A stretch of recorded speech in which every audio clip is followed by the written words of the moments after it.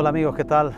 Buenos días. Pues después de un verano un poco intenso, diríamos, por lo menos de hacer nuestras entregas, de hablar de los temas jurídicos de la náutica, pues aquí volvemos y con un Real Decreto que se publicó y que entró en vigor el 1 de julio, que me imagino que todos los aficionados a la náutica los tenéis presentes, que es el Real Decreto 331/2021, que es el que regula el material de seguridad y de prevención de contaminación, que, como decía, entró en vigor en aquel momento. Era un decreto largamente esperado, ¿no? Porque iba a haber cambios que la verdad que fueron pocos a nivel de material de seguridad.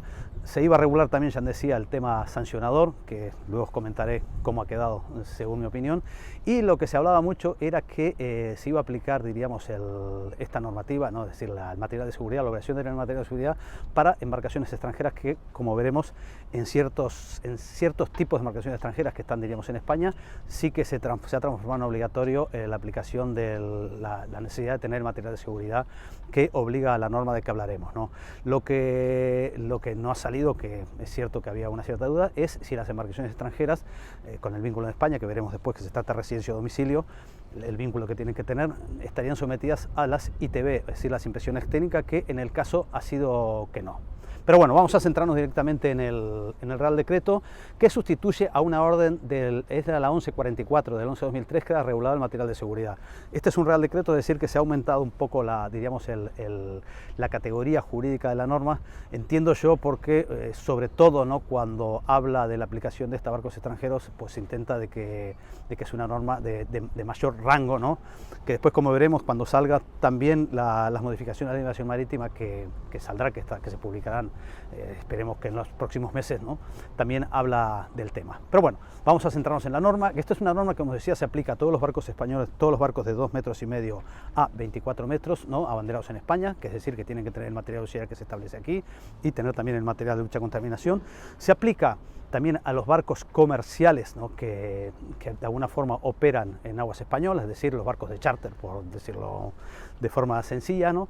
Y también, a partir de ahora, que es la novedad que os decía antes, se aplica a las embarcaciones que, aquí dice alguna vinculación, que sean propiedades de residente o domiciliados en España.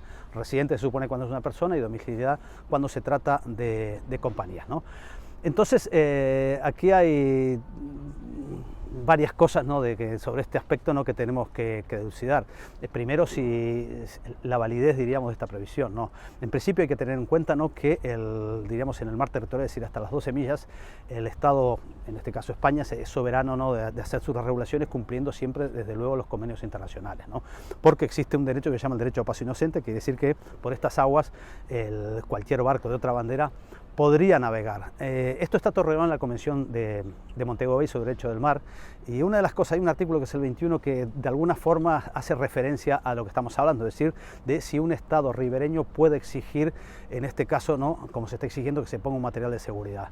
Y la verdad que es un artículo bastante contradictorio, porque si bien hay una parte del propio artículo que dice que para prevención de la contaminación y la seguridad puede, diríamos, obligar a los barcos a cumplir con ciertos requisitos, también hay otro artículo que dice que esa normativa que puede obligar a cumplir no debería referirse a aspectos técnicos del barco, ¿no?, que es en sí lo que estamos hablando. Entonces, por ese lado podríamos decir que bueno, que de alguna manera no podríamos decir que no se ajusta totalmente a derecho esta nueva disposición. De momento, no sé, ¿cómo lo sabremos? Creo que la única manera es cuando a alguien que le pongan una multa y recurriendo contra el decreto, es decir, un barco extranjero, y viendo a ver qué es lo que resuelve un juez acerca de si esto es, diríamos, es correcto o no, o es incorrecto, es decir, si hace una previsión que no es, diríamos, válida, ¿no? Otra cosa muy importante, ¿no?, que eso, hombre, me ha costado, pero al final he logrado inclusive recabar la opinión de la autoridad, es si estos barcos extranjeros, ¿qué material de seguridad tienen que tener?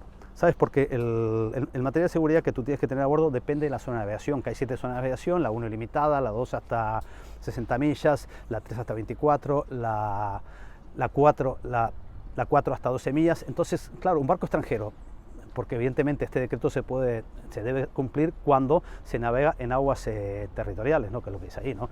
Claro, entonces diríamos, el barco tendría que cumplir mientras navega en las aguas españolas, es decir, que tendría que tener material de seguridad que se obliga para los barcos que navegan en la zona 4. Pero aquí hay un matiz muy interesante, ¿no?, que me lo han hecho, es que el decreto, ¿no?, habla del decreto que hablamos ahora, habla de cuando naveguen en el mar territorial. Y el mar territorial a veces es más de 12 millas. ¿Por qué es más de 12 millas? Porque ya sabéis que el mar territorial se cuenta a partir de la línea base. Es decir, si nosotros tenemos una vela que hay dos puntas, el mar territorial no empieza en la playa, sino que empieza es una recta que une las dos puntas. Entonces, podría darse el caso de que estuviéramos navegando a más de 12 millas de la costa, pero que estuviéramos dentro del mar territorial y tendríamos que, diríamos que aplicar tener el material de seguridad que exige el decreto, ¿no? Como decías, lo aclaro de nuevo, de momento no hay que pasar la ITV. Tener en cuenta también, ¿no?, que digamos, la razón que se impone esto, ¿no?, que lo dices por lo general, bueno, siempre se dice en las normas, es en la exposición de motivo, dice que es porque ha habido muchos barcos, diríamos, o muchas residentes en España que han cambiado su residencia para evitar hacer lo que se llama el dumping de material náutico, es decir, con tal de evitar de tener material náutico, la ITV había cambiado bandera. Yo creo que no siempre así, a veces era por las dificultades que hay para banderar un barco en España, sobre todo si es un barco, diríamos, con unos años, que es muy difícil, ya os digo, ¿no? Pero bueno, la justificación de la norma es esta, ¿no? La justificación de la norma es que decir, bueno, tú vamos a evitar que la gente ponga los barcos, no quiero decir dónde, ¿no? No quiero nombrar ninguna bandera donde no exigen nada, ¿no? Pero luego la discriminación muy importante que veo yo también en la norma es que hay muchos barcos de extranjeros que están en España, que evidentemente cumplen la normativa que les toca a ellos y no están obligados a cumplir esta norma, y sin embargo el riesgo, ¿no?, de que puedan contaminar o para la seguridad de la navegación lo tienen igual porque son barcos que navegan aquí. La única diferencia es que esto nos obligan a los que vivimos aquí y no a los otros. Bueno, en definitiva, yo es lo que he hecho, he puesto todo el material de seguridad y estamos todo bien y correcto, ¿no? Otro matiz interesante que tiene la norma, que habrá que estudiarlo, intentar interpretarlo, es que dice, ¿no?, que los barcos tienen que estar listos para navegar, ¿no? Entonces, claro, ¿qué significa esto? Que tú no puedes tener un barco en puerto sin tener material de seguridad o sin pasar la ITV. Pues en principio esta norma no habla de ITV, o sea que en eso creo que esta norma no entra, ¿no? Y con relación al material de seguridad, estar listo, bueno, ¿qué significa? Que podrías tener el material mínimo que sería el para la zona 7, que no afectaría mucho, ¿no? Luego, como os decía tú, la norma más o menos a nivel de materia de seguridad se mantiene igual. Algo que ha cambiado, que creo que es muy importante y que se reivindicaba por el sector desde hace muchísimos años, eran las inspecciones de la balsa, ¿no?, que es obligatoria para la zona de aviación 1, 2 y 3, ¿no? Que lo que ha cambiado es que antes había que hacerlo una vez al año y ahora se hace de acuerdo a la recomendación del fabricante.